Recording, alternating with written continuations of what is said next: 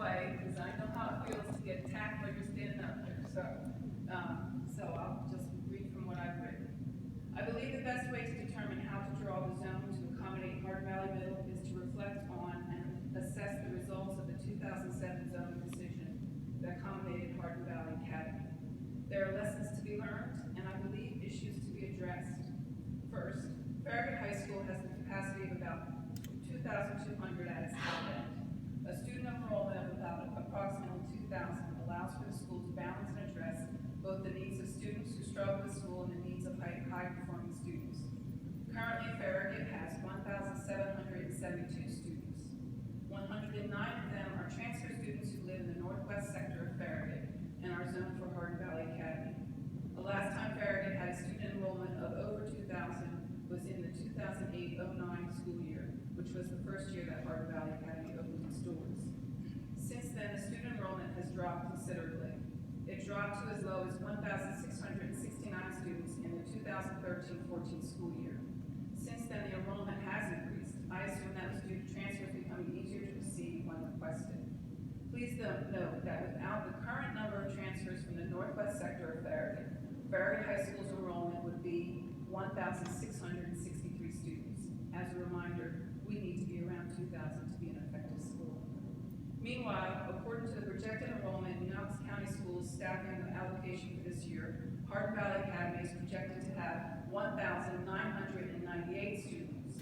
The target enrollment when it opened its doors in 2008 was 1,800 students, and its top-end capacity is 2,000 students.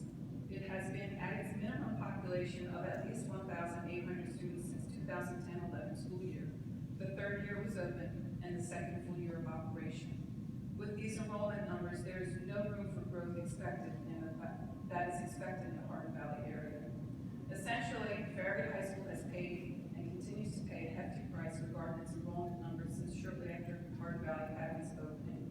In 2007, the Board of Education was so concerned with filling Hardin Valley Academy that they were, in my mind, a little overzealous in the drawing of new zones, thereby negatively impacting the quality of education Farragut High School offers to its students. Before you draw the zones to accommodate Hardin Valley Middle, I am requesting that you address the student enrollment disparities in high schools. Relying on transfers to increase enrollment in a school is not an effective long-term strategy. You have a group of neighborhoods in northwest Farragut who have demonstrated through transfer requests that they wish to be zoned for Farragut High School. Grandfather and the families who wish to remain at Hardin Valley Academy and allow this section of Farragut to return to Farragut High School. You are moving closer to direct feed from middle school to high school in West Knox County. Direct feed should simplify your transportation network. Draw your zones to support community. Stop treating our children like widgets that can be easily regrouped. These are children who build social networks through their middle school years. Those social networks help them get through and deal with the pressures of high school. Our interim superintendent comes from the Great Schools Partnership, which works to implement community schools. Farragut schools are community schools. Hardin Valley schools will be community schools. Maybe not in the traditional sense of providing services, but certainly providing a hub around which the community can gather. I plead with you to be more circumspect this time around. Farragut Middle School is a high-performing school providing freshman-level high school course options to kids and a rich related arts experience. The concern is that related arts will have to be sacrificed to continue to offer the variety of courses our children expect. Also, there is a concern about how you will transfer teachers from Farragut Middle. Please be mindful of that process. Our kids should not be negatively impacted to accommodate Hardin Valley Middle.